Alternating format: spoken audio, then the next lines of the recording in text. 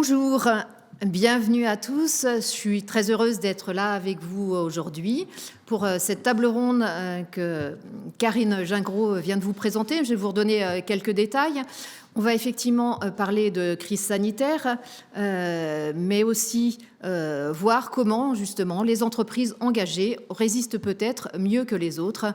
Pour parler de ce sujet, j'ai avec moi 4 invités, 4 sur ce plateau et un à distance. À mes côtés, Aude Brézac. Vous êtes directrice RSE de Manitou à Ancenis. Hélène Kerembloch, vous êtes directrice de la transformation économie durable chez TIPCO à Saint-Aignan-de-Grandlieu. Lionel Fournier, vous êtes président de DRO, dirigeant responsable de l'Ouest. Grégoire Delru, directeur de France Active Pays de la Loire. Et à distance avec nous, Olivier de la Chevannerie, vous êtes le président de Sigmatel à La Chapelle-sur-Erdre et donc vous interviendrez tout à l'heure. Vous nous entendez bien ? Oui, très bien, je vous entends très bien. Bon, et vous parfait. aussi ? Parfait, on vous entend bien, donc vous allez pouvoir profiter des échanges. Je vais commencer par vous, Hélène Kerembloch, car quand on a échangé pour préparer cette table ronde, vous m'avez dit que TIPCO voulait devenir la première ESN éco-responsable.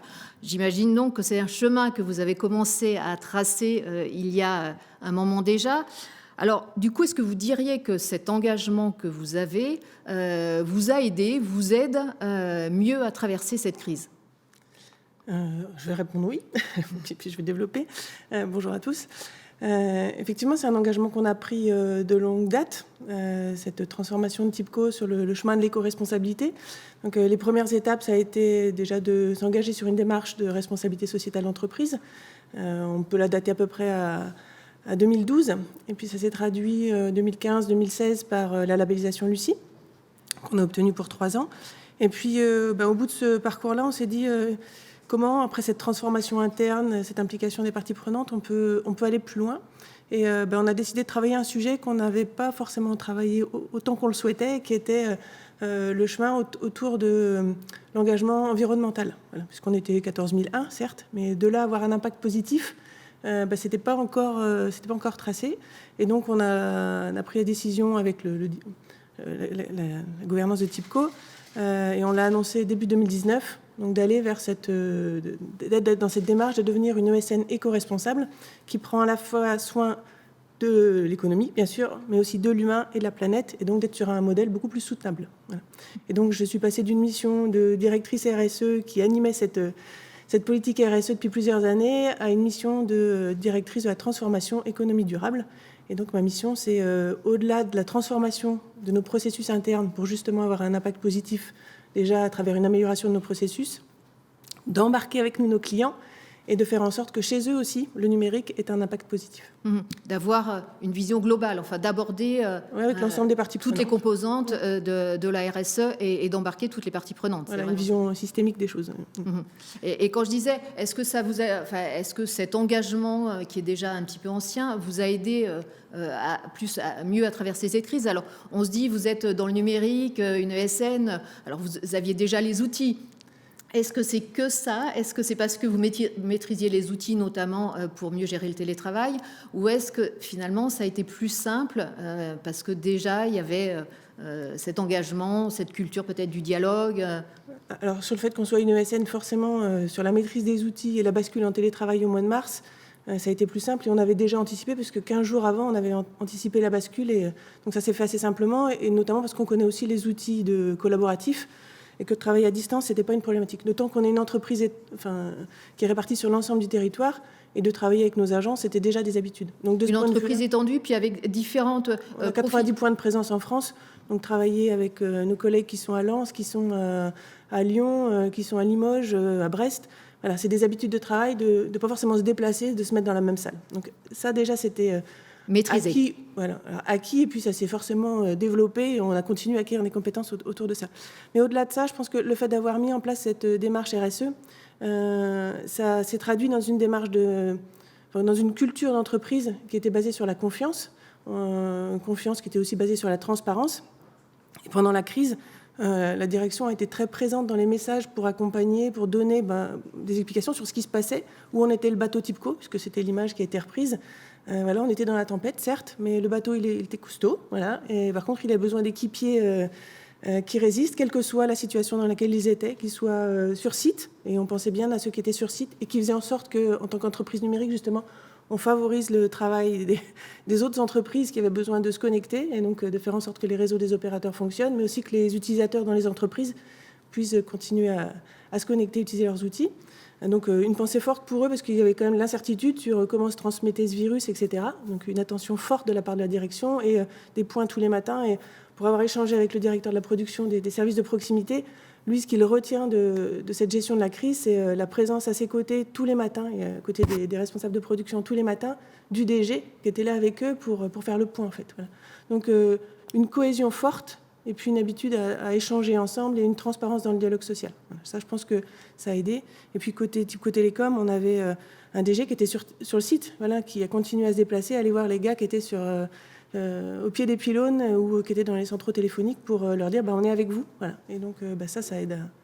Et du coup, il y avait déjà cette confiance, cette culture du dialogue. Et vous m'avez parlé d'engagement. C'est ça qui a permis l'engagement des équipes. Vous pensez que ça a été un facteur important ? Oui, puisqu'on partage la vision de l'entreprise, la stratégie, à travers le déploiement de la politique RSE et puis la mise en œuvre de nos engagements d'amélioration. On a vraiment été chercher les équipes. On a mis sur place notamment un processus qui s'appelait Tip Zone R pendant 24 heures. On l'a répété, cet événement-là, à peu près 15 fois sur 18 mois. On invitait 20 à 30 TIPS. Notre TIPS, ce sont les collaborateurs TIPCO, quel que soit leur statut juridique par rapport à TIPCO, pour venir donner leur avis et venir mettre en place des solutions avec nous, donc sur des thématiques d'engagement. Et donc, on a écouté nos collaborateurs, et c'est un outil de dialogue social qui était important, qui est complémentaire à tous les autres qu'on a mis en place dans l'entreprise. Mais ça, je pense que oui, ça aide à embarquer les collaborateurs, et puis à ce qu'ils aient confiance dans les solutions qui sont prises, puisqu'ils sont partie prenante de la solution. Et alors, c'est quoi les prochaines étapes pour le groupe aujourd'hui dans cet engagement Alors, on a un plan de transformation qui est en cours. Donc, moi, je porte le sujet de la transformation économie durable, donc, qui est transverse, qui donne le sens à l'ensemble des chantiers qui sont menés. Et donc, au-delà de la transformation de nos processus, c'est la transformation de nos offres. Et pour faire en sorte que nos clients puissent actionner un certain nombre de leviers, et que qu'à travers la prestation qu'on leur délivre, non seulement elle soit plus économe en termes d'émissions de CO2 et puis de consommation de terres rares, qui sont quand même deux sujets importants sur le numérique. C'est plus de sobriété, plus de frugalité, c'est ça ? C'est ça. Et puis que chez eux aussi, leurs utilisateurs deviennent acteurs d'un numérique plus durable, plus sobre. Et donc aujourd'hui, on en est où ? Alors, deuxième confinement, on se disait après le premier que c'était fini, que tout ça était derrière nous. Comment vous encaissez ce deuxième confinement, et quel va être finalement l'impact sur l'exercice 2020 pour TIPCO ? Alors, pour nous, la tempête là, elle est moins forte sur ce deuxième confinement, parce que on a les clients qui sont plus en activité, donc c'est quand même plus facile à gérer. Ça ne veut pas dire que c'est simple, voilà, parce que tout le monde est au front pour répondre aux besoins des clients qui, pour certains, demandent plus, pour certains, demandent moins. Donc l'ajustement des forces de production, c'est compliqué. Pour autant, on a continué notre projet de transformation, et on a réalisé les croissances externes que l'on souhaitait réaliser sur l'année 2020, puisqu'on a fait 2 croissances externes à travers l'acquisition d'ID2 en région parisienne, et puis d'une activité de Sigma sur la proximité en région. Donc le groupe va bien, le bateau est solide. Voilà. Donc ça va être un exercice qui aura été compliqué. Pour autant, en termes d'engagement et de résultats, ça restera un exercice positif. Oui, et vous diriez que c'est parce que vous aviez déjà toute cette culture, que ça permet de mieux résister face à cette crise qui est complètement inédite, que personne n'avait imaginé. Oui, je pense parce qu'on avait des dirigeants qui voyaient clair aussi, voilà, parce que s'ils n'avaient pas vu clair, peut-être ça aurait été plus compliqué, qui ont su transmettre leur vision. Et effectivement, on était dans cette culture de travailler avec l'ensemble des parties prenantes, avec nos clients, avec nos fournisseurs, avec les TIPS, avec nos actionnaires, et d'aller dans le même sens parce qu'on échange, voilà, et parce qu'on a cette culture de l'échange et de la transparence et de la confiance. ça aide à passer les crises. Voilà. On a eu de la chance aussi d'être dans un secteur qui était peut-être moins touché que d'autres. Ça, c'est, oui, forcément, ça a un impact aussi. Merci Hélène Caron-Bloch. Aude Brézac, alors j'ai envie de commencer peut-être avec la question que je viens de poser à Hélène Caron-Bloch. Comment va le groupe aujourd'hui dans ce contexte ? Bonjour, je vais peut-être juste repréciser en quelques mots qui on est Manitou, ce que ça éclairera ce que je vais vous raconter derrière. Manitou il y a un acteur mondial de la manutention, de l'élévation de personnes et du terrassement. Et on a 4600 collaborateurs, 10 sites de production, dont 5 justement localisés dans l'ouest de la France. Et au sein de notre mission, et ça va être important dans aussi ce que je vais raconter tout à l'heure, au sein de notre mission, on a d'améliorer les conditions de travail et de sécurité partout dans le monde en préservant l'homme et l'environnement. Et donc ça drive beaucoup de nos actions. Donc c'est important que je le précise. Comment va Manitou ? Manitou va bien. C'est vrai que on est chez Manitou dans une activité qui est très cyclique. Et là, oui, vous avez déjà l'habitude des cycles, mais celui-là... celui-ci est évidemment plus violent. Mais le groupe va bien et on va en parler. Mais je crois que si le groupe va bien, c'est que on a traversé la crise à travers plusieurs aspects. On pourrait en parler longtemps si je dois en retenir quelques points. Le premier, c'est peut-être que le groupe a su assurer d'abord la sécurité de ses collaborateurs. Ça s'est traduit en fait de manière soudaine, on va dire, dès le 17 mars en fait. Assurer la sécurité des collaborateurs, ça a été la fermeture des sites en France, puis ensuite en Italie et en Inde, et le déploiement des protocoles sanitaires et le renforcement des protocoles sanitaires partout pour pouvoir assurer d'une part la continuité des activités, puisqu'on a par exemple une activité qui ne s'est jamais arrêtée pendant cette crise. La partie après-vente. C'est ça, la partie service, donc l'approvisionnement des pièces de rechange à travers le monde, et aussi pouvoir redémarrer ensuite dès le 14 avril les activités de production. Donc dès le 14 avril, au moment où tout le monde était confiné, la France redémarrait ses activités de production, et puis ensuite en Inde et en Italie. Donc je dirais que ça, c'était le premier point qui est certain commun aux entreprises, donc assurer la sécurité des collaborateurs. Ensuite, le deuxième... Et ce redémarrage, quand vous dites, on s'est arrêté un mois, en gros, on a redémarré, ça a été possible parce qu'il y avait un dialogue, c'est ça aussi qui a permis ce redémarrage, que les salariés sont retournés travailler en confiance. Oui, c'est ça, c'est déjà la mise en place des protocoles sanitaires hyper stricts partout et la communication sur ces protocoles sanitaires. Et en effet, une communication très régulière de la part du groupe avec une recherche d'équilibre pendant tout ce confinement pour garder le lien social, parce que c'était mon point suivant en fait, c'est que pendant cette période, on a dû s'adapter à ce nouveau contexte avec des manières de travailler poussées à l'extrême. Parce que le télétravail, on le pratiquait déjà chez Manitou depuis 2014. On avait un accord pour une partie des collaborateurs qui télétravaillaient déjà, mais le confinement a fait que toutes ces méthodes ont été poussées à l'extrême, et donc il y a eu en effet cette recherche d'équilibre pour garder le lien social avec des moyens de communication qui ont été déployés. Je crois que tous les canaux de communication ont été utilisés pour que les salariés puissent garder ce lien-là. Parce que vous n'aviez pas, contrairement à Tipco qui baigne dedans, j'ai envie de dire, chez Manitou, vous n'aviez pas forcément quand même la maîtrise complète de tous les outils qu'on a pu utiliser depuis. Donc, il a fallu un accompagnement. En fait, les outils, on les avait, mais là, on a vu pendant le confinement la richesse et la puissance des outils de digitalisation, de dématérialisation qu'ont pu apporter soit pour les personnes en télétravail, soit même toute la partie de l'effectif qui travaille en production, une efficacité hyper importante dans ces périodes où pouvoir travailler à distance, en collaboratif, avoir des données en temps réel, etc. Ça a été hyper important pour le groupe.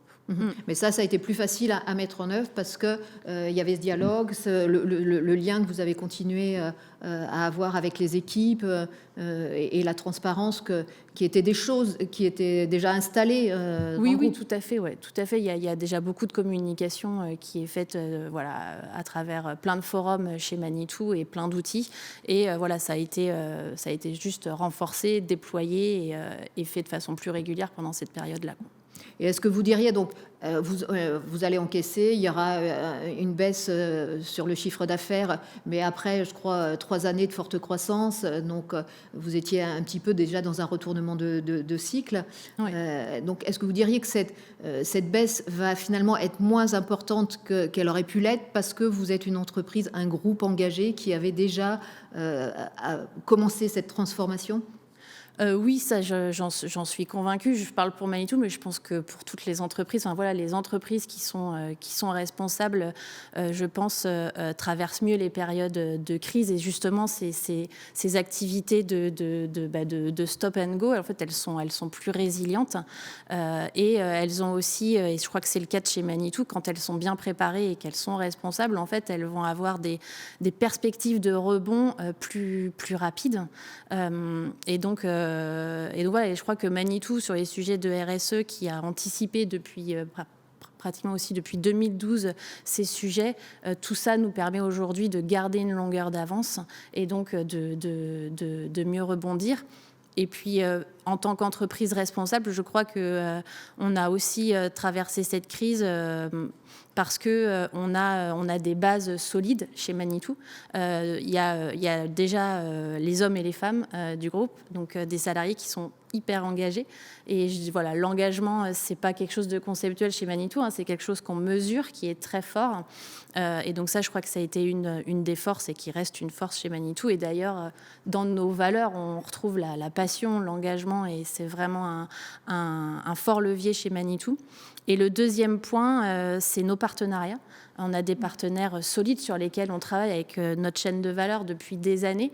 Et donc, en période de crise, avoir ce type d'alliés, ça permet d'avoir des forces. Oui, partenariat avec les fournisseurs et déjà avec tout un travail pour retrouver des fournisseurs de proximité. C'est ça aussi peut-être qui vous a servi dans le moment et avec les clients aussi, ce contact. Avec nos clients, oui, c'est des partenariats qui se sont construits dans la durée, donc pour créer aussi de la confiance. Et donc, du coup, c'est des clients qui, en période de crise, sont plus loyaux, malgré les difficultés, les délais d'approvisionnement qui se rallongent, etc. Et en effet, côté fournisseur, c'est des partenariats solides qui nous ont permis, pendant toute la crise, même au moment le plus fort, alors certes, il y avait des tensions sur les approvisionnements, mais on n'a eu aucune rupture d'approvisionnement.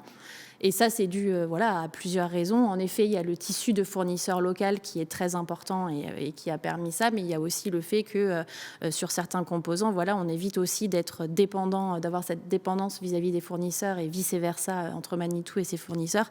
Et donc, aussi d'avoir plusieurs fournisseurs sur un composant, par exemple, dans différentes zones géographiques. Tout ça nous a permis de traverser la crise sans trop de problèmes sur les approvisionnements. Et ça, c'est dû au travail qui est fait par les équipes pour avoir des partenariats solides, que ce soit côté client ou côté fournisseur. Mmh. Donc il y a tout ce travail que vous aviez initié en amont. Et je crois que du coup, cette crise a aussi été pour vous la volonté d'accélérer. Vous m'avez dit, on en a profité finalement pour mettre en place une nouvelle feuille de route avec toutes les parties prenantes. Donc comment ça s'est passé et à quel moment vous avez fait ça ? Oui, je crois que le mot accélération est le bon. En fait, on a décidé avant la crise, c'était juste avant la crise, de lancer une consultation auprès de l'ensemble de nos parties prenantes. Donc, on a interrogé un peu plus de 1000 personnes. C'est un projet qu'on a mené avec une initiative qui s'appelle Prime. C'est une initiative des Nations Unies qui vise à travailler avec des étudiants sur des problématiques concrètes RSE. Donc, on a travaillé pendant 9 mois avec 4 étudiants basés à Manille, aux Philippines, qui nous ont accompagnés donc, dans cette consultation des parties prenantes. Et le retour de ces 1000 personnes a montré justement qu'il pouvait y avoir un écart entre les attentes de nos parties prenantes et les plans d'action que l'on avait au niveau du groupe. Et on a décidé en effet de remettre en place une nouvelle feuille de route qui met un coup d'accélération sur les sujets notamment de transition écologique. qui va en effet avoir un impact sur la transformation de notre offre produit. Sur la durabilité des produits, c'est des choses sur lesquelles vous travaillez déjà on travaille déjà depuis longtemps, hein, notamment sur la réduction des consommations de carburant, la consommation des huiles dans nos produits, tout ce qu'on appelle chez nous le coût d'usage. Mais maintenant, voilà, c'est aussi accéléré sur les énergies alternatives, par exemple, l'électrification, l'hydrogène. Et donc voilà, la crise fait que voilà, on accélère sur ce sujet-là, et l'ensemble de ces sujets devient plus un must-have pour le groupe, puisqu'on n'a plus le choix en fait. Merci Aude Brézac, on y reviendra. Olivier de la Chevannerie, je ne vous oublie pas.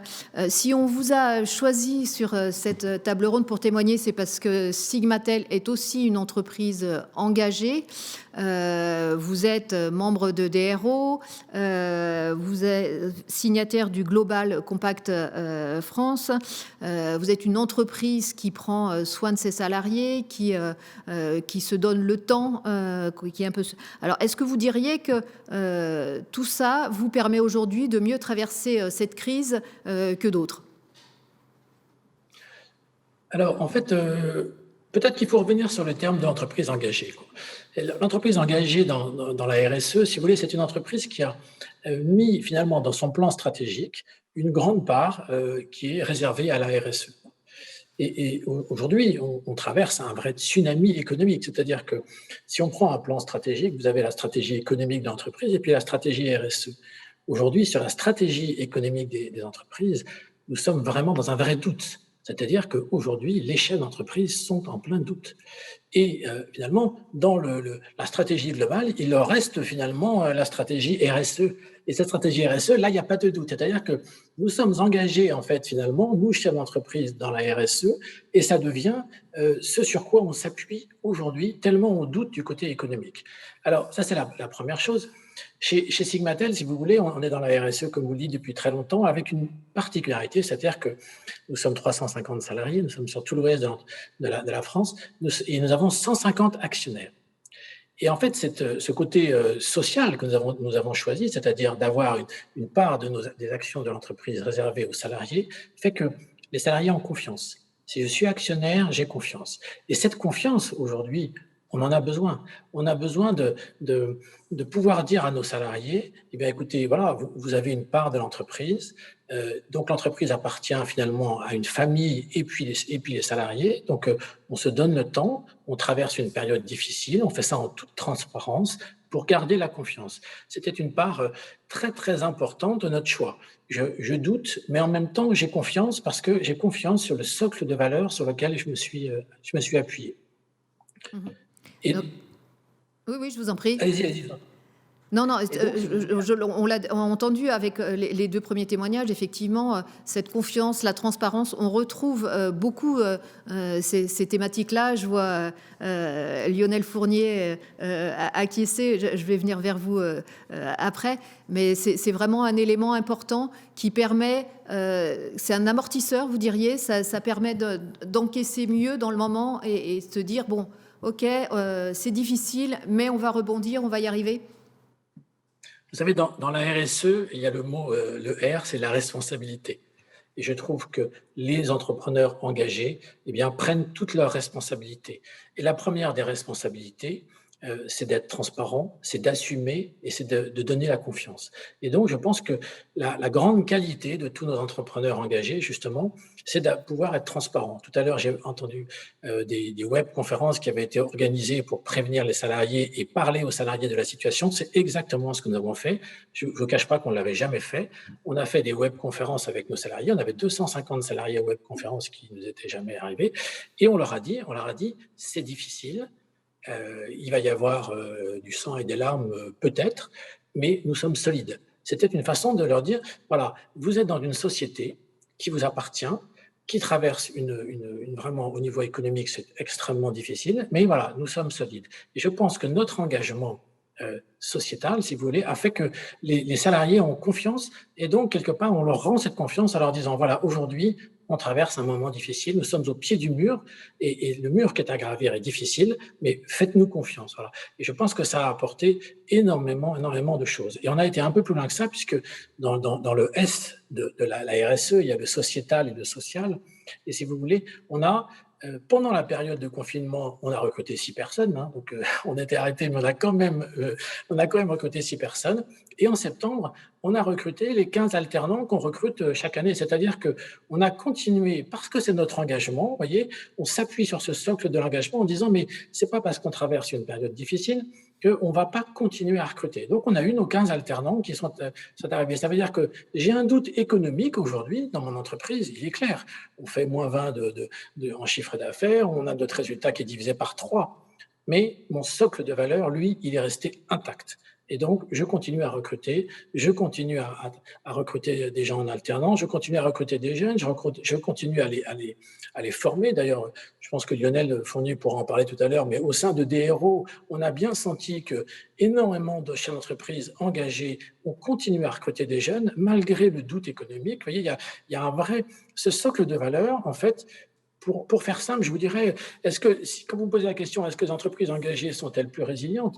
Je vous dirais, je ne sais pas, au niveau économique, on verra plus tard ce que ça donne. Mais au niveau, au niveau social, au niveau cohésion de l'entreprise, au niveau moral et au niveau confiance dans l'entreprise, il est clair que nous ça nous a renforcés.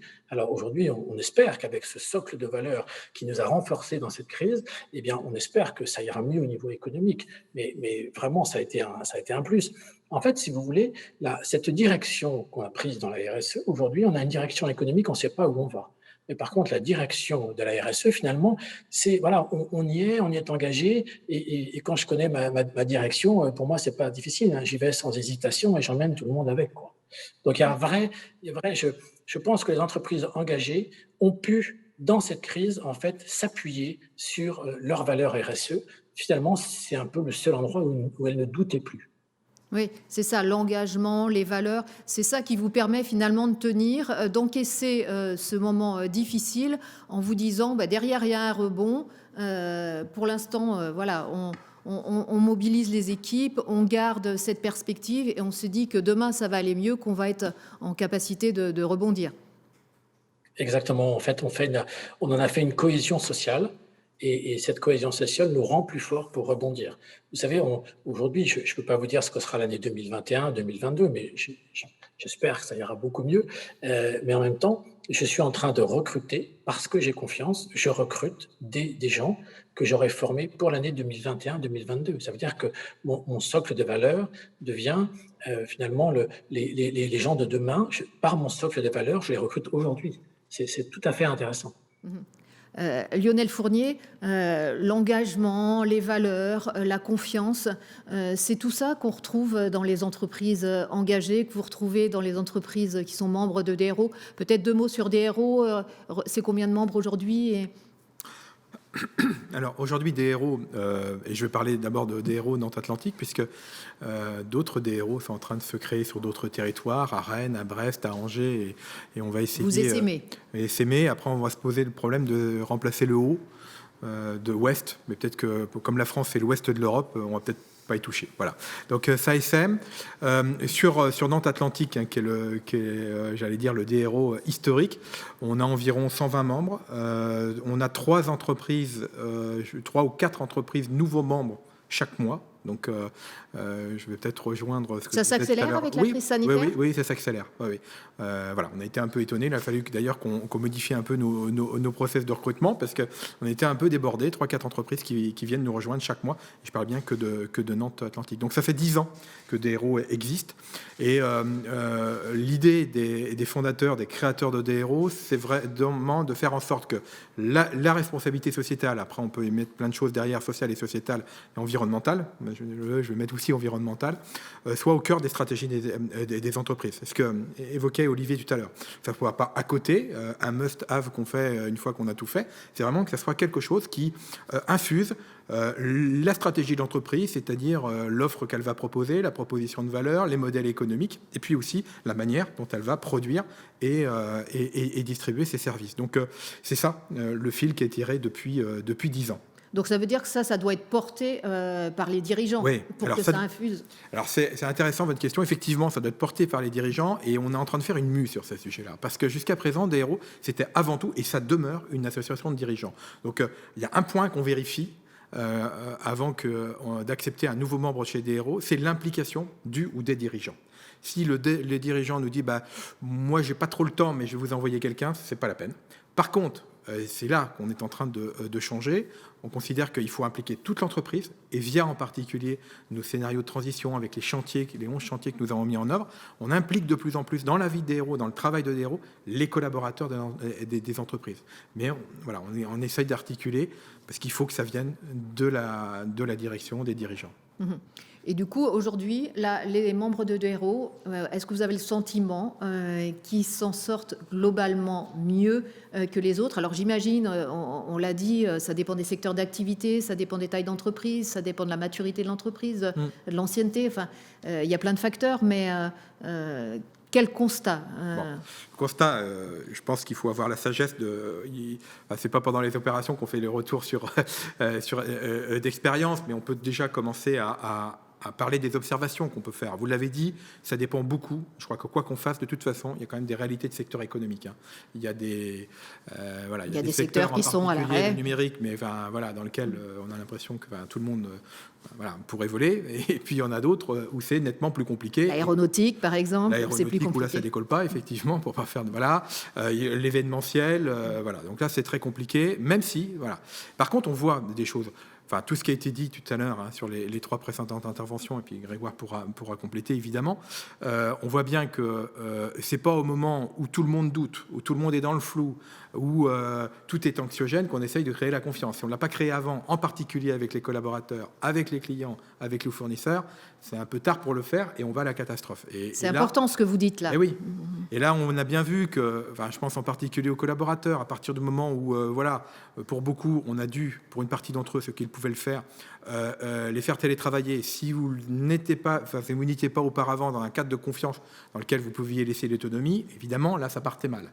Des collaborateurs qui devaient venir travailler, s'ils n'avaient pas confiance dans la volonté de l'entreprise de les protéger, si on n'a pas pu mettre en place du dialogue social, parce qu'il y avait un cadre juridique qui de toute façon imposait, chez Harmonie Mutuelle, on a dû faire 7 ou 8 accords en peu de temps, accords d'entreprise. Si vous n'aviez pas ça, c'était très, très, très, très compliqué. Donc, évidemment, la question... Et puis avec les clients, c'est la capacité à interagir avec les clients, de comprendre les problématiques, de s'adapter. Les fournisseurs, la même chose. Si vous n'aviez pas... Les relations de confiance qu'on pouvait déjà avoir nouées. Donc ça, c'est le premier élément.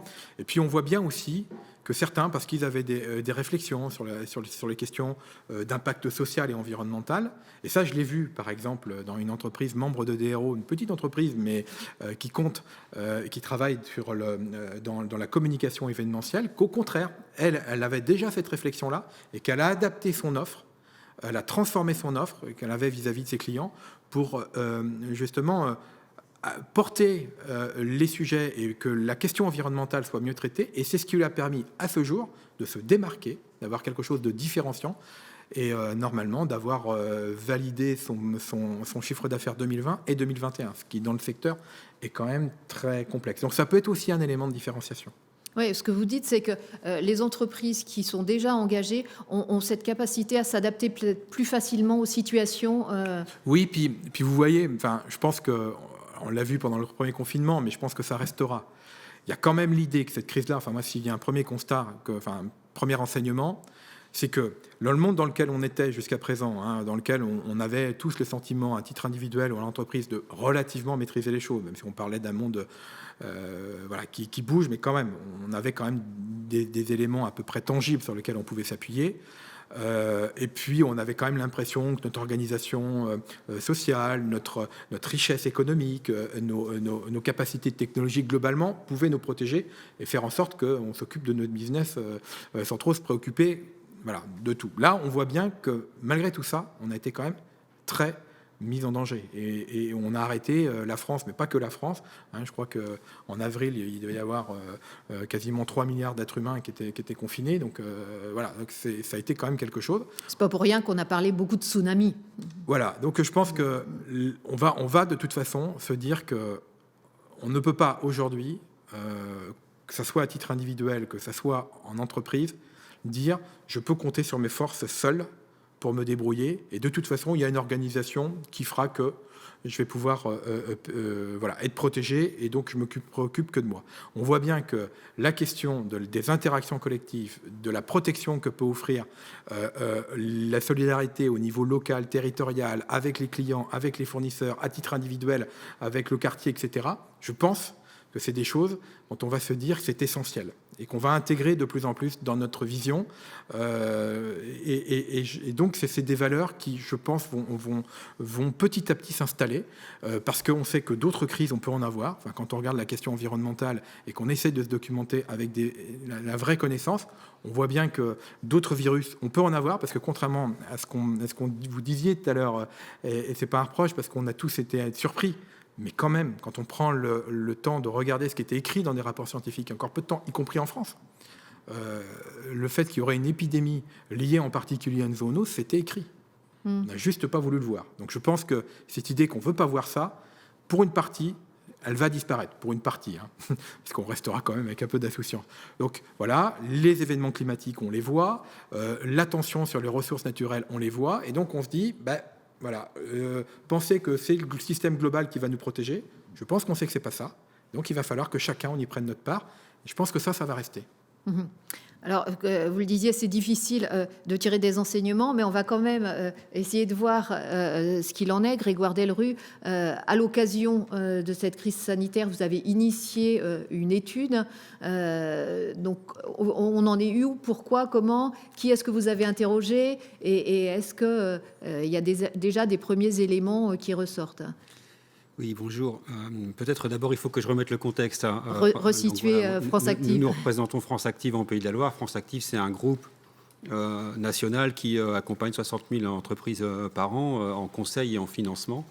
Et dans la période du premier confinement, évidemment, pour respecter des obligations de sécurité, on a été dans l'obligation de contrôler l'état de santé d'un certain nombre d'entreprises que nous finançons, pas tirées au hasard, dans une analyse de représentativité du portefeuille.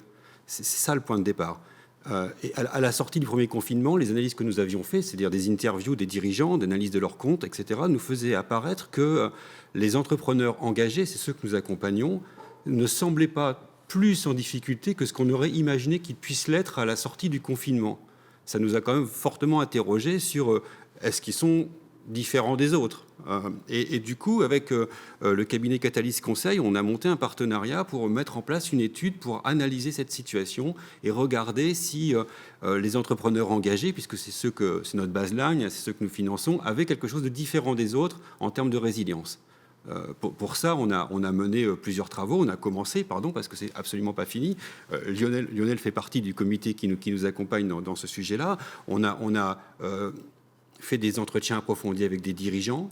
C'est un panel de combien d'entreprises? Alors, on a questionné sur le en ligne, c'est 2500.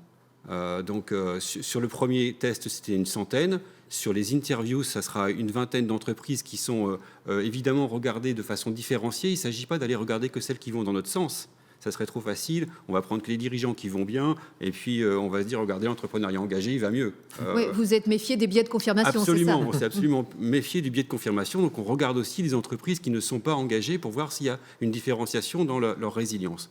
On n'a pas les résultats aujourd'hui. Par contre, il y a des choses qui sortent et je suis tout à fait impressionné de ce qui vient de se dire parce que ça renvoie complètement à nos travaux d'études. Le dernier en date, c'est monsieur tout à l'heure qui dit les salariés, c'est essentiel. Donc si on élimine par exemple la question de la trésorerie, si on la met de côté, parce que de toute façon elle est indispensable à la résilience d'une entreprise, on l'isole. Qu'est-ce qui reste derrière pour qu'une entreprise soit plus résiliente? L'acte 1, c'est effectivement sa relation à son personnel. Enfin, c'est ce qui semble sortir. L'humain, on y Réellement, revient toujours. réellement. Et ça engage une chose essentielle, c'est la capacité à agir, à pivoter, à pouvoir rester dans l'entreprise ou rester au travail dans des conditions qui sont safe et puis en même temps positives pour les collaborateurs. Et ça vient probablement de la démarche RSE, le sociétal que monsieur parlait tout à l'heure, le social dont monsieur parlait tout à l'heure, ou la responsabilité d'entreprise dont on parlait tout à l'heure, sont pour nous des éléments essentiels dans ce dossier. Et l'autre élément que Lionel a abordé aussi, c'est la question de l'écosystème. L'autre élément qui sort, c'est qu'effectivement, l'écosystème local, il est fort. Je vous donne un exemple. On a en plus un exemple associatif, ce qui est intéressant parce que c'est souvent imaginé comme de l'utilité sociale, mais il y a beaucoup d'associations qui interviennent sur le marché. Cette association à laquelle je pense, elle a 450 salariés. En l'espace de 3 semaines, elle a complètement pivoté sur son activité et à la fin du premier confinement, elle avait vendu 1 400 000 masques. Elle n'en fabriquait pas un seul, ce n'était pas du tout son objectif à l'entrée. Donc c'est cette capacité d'adaptation, de se réinventer. À la fois la capacité d'adaptation de la capacité de production et à la fois la capacité d'adaptation des personnels à la mise en œuvre d'une production sur ce champ-là, à ce moment-là. Alors c'est opportuniste. Il faudra voir, monsieur le disait tout à l'heure, si à la sortie, les entreprises engagées résistent mieux que les autres. Mais en attendant, ce que nous, on constate, c'est qu'elles ont une vraie capacité de pivot, d'adaptation, qui est essentielle à la survie de leur activité économique dans cette période de confinement et après cette période de confinement. Mmh. Est-ce qu'il y a quand même quelques autres enseignements qu'on peut tirer? Alors, les résultats de l'étude, vous disiez, en plus, avec ce deuxième confinement, ça décale un petit peu les choses, vous avez pris du retard, mais donc les résultats, c'est quoi pour février, mars, l'année prochaine? Oui, notre objectif, c'est d'avoir finalisé nos travaux pour le printemps 2021. Et effectivement, aujourd'hui, il y a quelques conclusions supplémentaires qui apparaissent avec le deuxième confinement. C'est les réponses qu'on reçoit des dirigeants, c'est des logiques de prudence, vraiment de prudence. C'est-à-dire que, je ne sais plus qui le disait, on ne sait pas très bien où on va, on sait avec qui on va, ça c'est important, mais on ne sait pas très bien où on va, donc il y a une vraie logique de prudence. Il y a malgré tout très positivement une logique de recrutement. 1 sur 4 annonce recruter dans les prochains mois. Donc ça, c'est aussi très intéressant. C'est ce qu'a fait Olivier de la Chevalerie. Voilà, il a maintenu ses recrutements. Quand je l'entendais tout à l'heure, je me disais, on est dedans. Voilà, exactement. 25% des dirigeants qu'on a pu rencontrer sur le sujet disent on va continuer à recruter. Donc ça, c'est plutôt positif. Et puis, il y a quand même un autre point qui est fort, qui sort, c'est une exacerbation, comment on dit, un renforcement de la concurrence, un ressenti sur un renforcement de la concurrence. Parce que si certains ont été les premiers à pivoter, à mettre leur activité en ligne de la capacité de continuer à agir pendant des périodes complexes, d'autres rattrapent. Donc il y a un sentiment peut-être plus fort de concurrence, mais peut-être pour conclure sur une note positive, ce qui sort aujourd'hui, c'est quand même de l'optimisme. C'est quand même de l'optimisme et qui tient, je le redis, sur 2 choses. L'équipe de salariés, la façon dont est pilotée l'équipe de salariés et l'écosystème local. Pas l'écosystème local. Retrouver la proximité. On en parlera cet après-midi avec une autre table ronde justement sur apprendre et réapprendre à travailler en proximité. On verra toute l'importance de retrouver ça. Et donc, ce que je retiens aussi, c'est l'importance de l'animation, de la gouvernance. Ce sont des éléments qui sont importants pour résister. Alors, c'est quelque chose de complexe parce qu'effectivement, nous regardons beaucoup d'entrepreneurs engagés qui sont donc déjà dans cette approche-là. Et donc, c'est pour ça que nous voulons aussi regarder des entrepreneurs qui sont, pour nous, considérés comme non engagés, afin d'aller vérifier si, au bout du compte, la forme de gouvernance a une influence. Impact ou pas, oui. Évidemment, on le pressent, mais vous le disiez, il y a le risque du biais de confirmation. Donc, il faut quand même aller vérifier par ailleurs comment les choses se passent. Mais effectivement, on pressent ça fortement. Vous ne pouvez pas imaginer... j'ai une entreprise en tête qui a plus de 300 salariés handicapés. Vous ne pouvez pas imaginer qu'ils ramènent ces gens-là au travail dans une période de confinement au mois de mars, si à l'intérieur de ça, il n'y a pas un mode de management particulier pour que ces personnes aient envie de sortir de chez elles, de faire des attestations de sortie, de retourner au boulot dans des conditions sanitaires qui peuvent être inquiétantes. Remettez-vous au mois de mars, on n'osait plus toucher une barre d'autobus. Donc il y a probablement, il y a clairement, à notre avis, un enjeu de gouvernance qui est fort et ça se joue sur qui dirige, comment il dirige et comment les collaborateurs sont impliqués dans l'entreprise, que ce soit par la prise de participation au capital, comme l'expliquait tout à l'heure monsieur, ou par d'autres moyens de participation, comme madame le disait aussi, je crois, sur le fait de mobiliser les salariés dans des réflexions de mettre en place des webinaires avec les 250 collaborateurs comme ça n'avait jamais été fait. Ces éléments-là, pour nous, sont, à notre avis, des éléments essentiels du maintien de la dynamique de l'entreprise et donc de plus que de sa survie, de sa capacité à passer le cap de la crise sanitaire. Aude Brezak, je vous vois réagir aussi aux propos de Grégoire Delru. Tout ça, cette gouvernance, cette animation, c'est chez vous, Michel Denis, enfin, il y a une vraie conviction de sa part de cette importance de changer le modèle, de faire évoluer les choses. D'autant plus que, on a la chance d'avoir chez Manitou un actionnariat familial, du coup, avec une logique ce regard de long terme. Et sur les sujets de développement durable, pouvoir avoir une vision de long terme, c'est essentiel en fait, parce que c'est ce qui nous permet de nous questionner différemment sur les risques qu'on va avoir dans les prochaines années et donc mieux se préparer à des transformations profondes. Ça nous permet de nous questionner différemment sur nos organisations de travail, sur comment on réinvente notre offre de produits. Et tout ça, ça nous apporte plein de choses. Ça nous permet d'attirer des collaborateurs chez Manitou, parce que voilà... les salariés sont aussi en quête de sens, ils ont besoin d'entreprises qui sont exemplaires.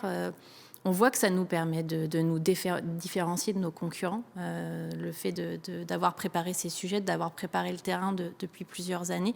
Et puis ça permet aussi d'attirer des investissements. Donc oui, la gouvernance est très importante. Et je parlais de la nouvelle feuille de route RSE tout à l'heure, et c'est vrai que je ne l'ai pas précisé, et pourtant c'est essentiel, mais cette stratégie va être complètement intégrée à la stratégie globale de l'entreprise, donc avec une gouvernance aussi qui évolue, une gouvernance RSE qui évolue et qui va permettre aussi de s'assurer que nos ambitions sont alignées avec les moyens mis en œuvre. Et donc voilà, donc c'est en effet clé, oui. Hélène Caron-Bloch, la gouvernance, c'est aussi porté chez vous, tout en haut de l'entreprise, cette volonté de transformation. C'est ce que je disais tout à l'heure, en fait. L'éco-responsabilité, en fait, c'est transverse à ce plan stratégique qu'on a mis en place chez TIBCO. Oui, c'est dans la stratégie, c'est pas quelque chose à côté. Voilà, c'est vraiment la RSE est... L'ambition, c'est que la RSE soit diffusée dans l'ensemble de l'entreprise et que chacun s'en empare et continue à s'en emparer. Et puis, voilà, le porte et l'incarne au quotidien.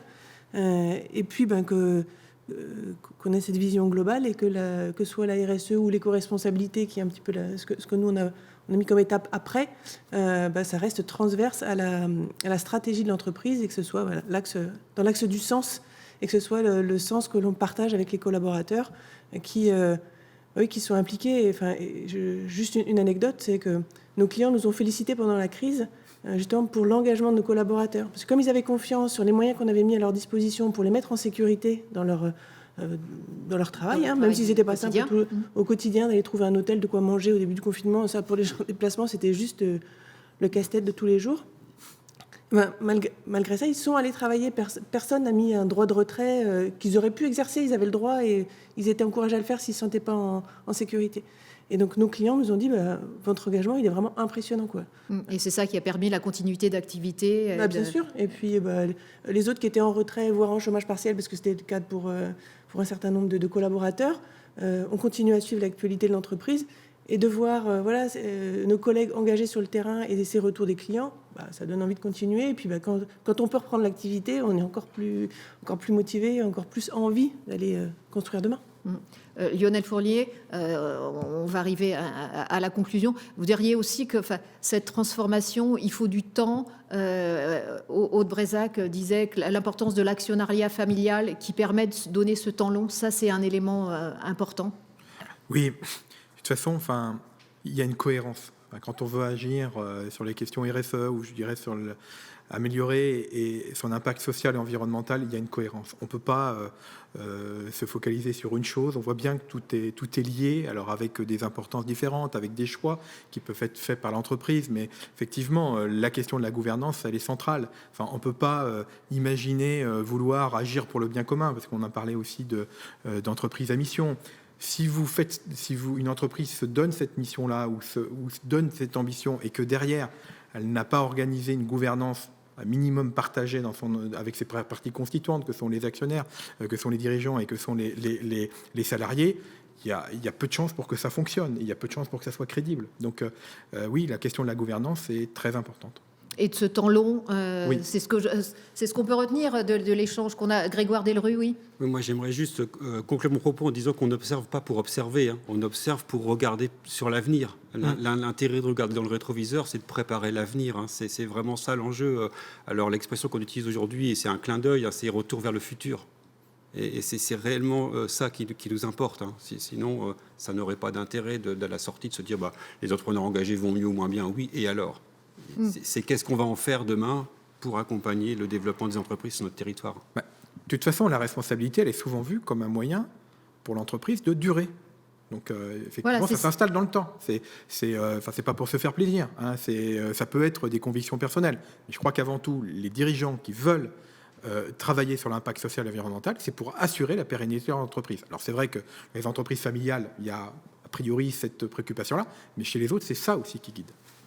Écoutez, je crois qu'on arrive au terme de cette table ronde. On peut conclure là-dessus, c'est que c'est un gage de pérennité. Donc j'espère que vous qui nous avez écoutés, si vous aviez encore un peu de scepticisme, mais vous avez envie de transformer le modèle de votre entreprise. Merci à tous les 5 de venir témoigner aujourd'hui. Merci.